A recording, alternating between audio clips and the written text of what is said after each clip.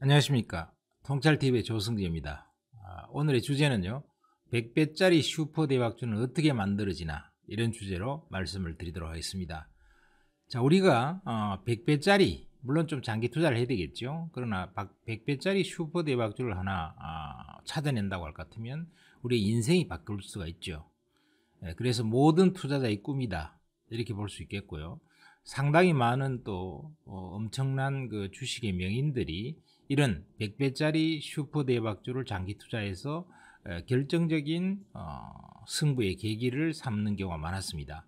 그러면 이 100배짜리 슈퍼대박주는 어떻게 만들어지냐 하는 것이죠. 자, 우리가 로마는 하루아침에 이루어지지가 않지요. 그래서 100배짜리 슈퍼대박주는 어떤 경우냐 하면요, 첫 번째, 대개의 경우는 가혹한 구조조정이 있습니다. 기업이 위기를 만나고 산업이 위기를 만나고 이래서 굉장히 어려워지니까 구조조정을 철저하게 하죠. 그래서 탄탄하고 날씬한 몸매를 만들어 놓고요, 이럴 때 과감한 용기로 투자를 합니다. 어려울 때 구조조정을 한 다음에 투자를 시작하는 거죠. 그런 다음에 이제 때를 만납니다. 즉 순풍을 만나는 거죠. 그렇게 하면은 100배짜리 슈퍼대박주가 됩니다.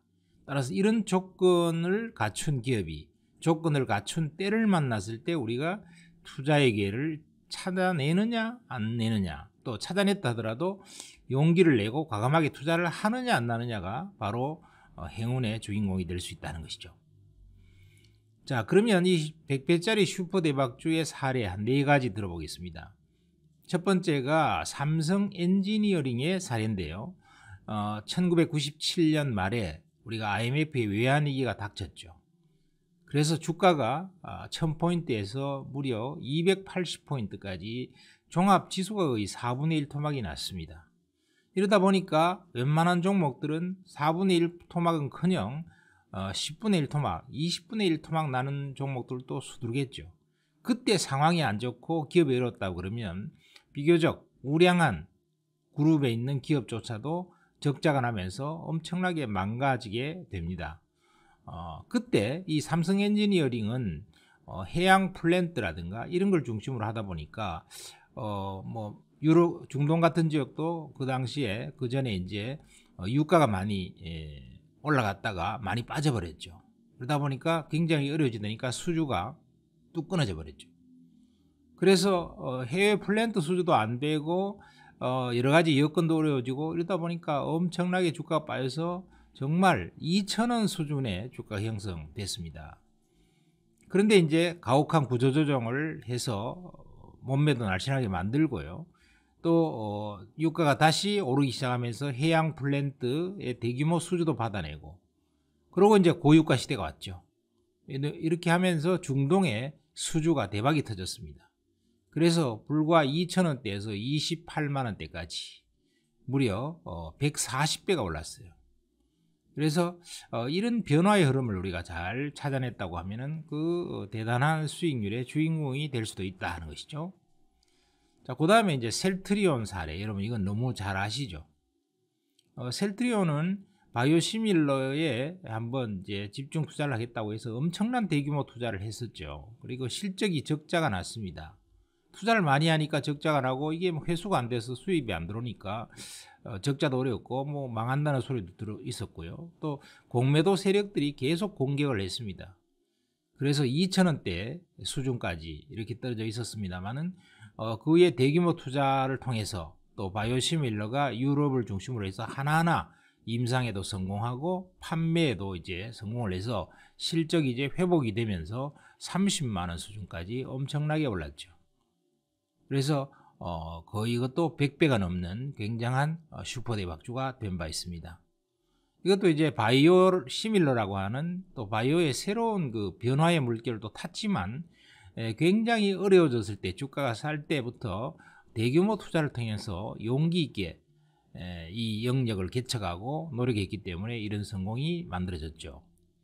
그리고 여러분도 너무 잘 아시는 삼성전자 사례, 이 삼성전자 사례는요, 이 IMF 외환위기 때 삼성전자도 굉장히 어려워졌습니다.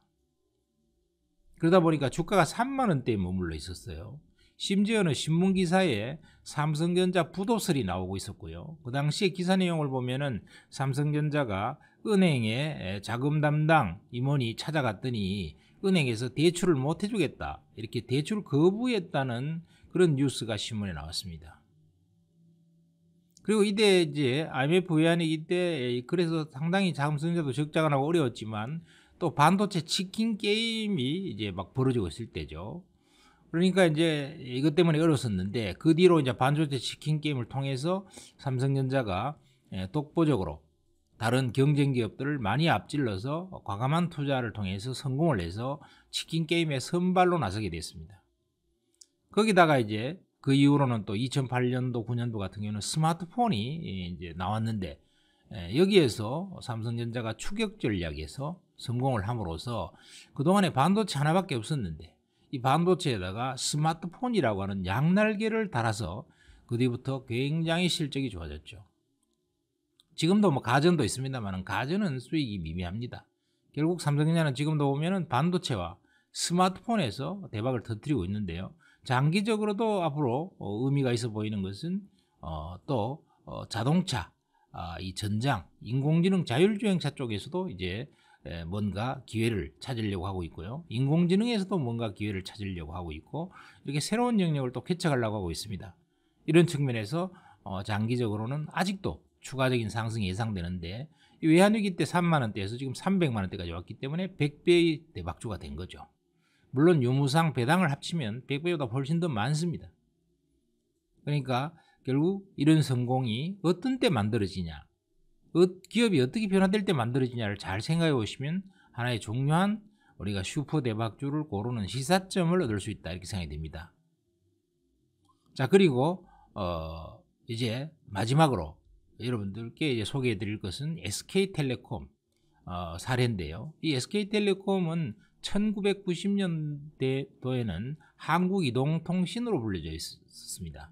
이게 KT에서 분할돼 나오면서 이 무선통신 부분이 별도로 이제 분리된 것이죠. 그래서 기업 공개를 했었는데 기업 공개할 때 한 25,000원 정도 했어요. 그런데 이것이 이제 새로운 휴대폰 시대를 맞이해서 뭐 정말 옛날에는요, 뭐 벽돌폰이라서 그거 하나 살려면 자동차 한 대 값이었습니다. 그리고 워낙 뭐 품질도 별로 좋지도 않았죠. 그런데 이게 세월이 지나면서 지금은 스마트폰에 대해서 모두가 다 쓰는 것이 됐죠.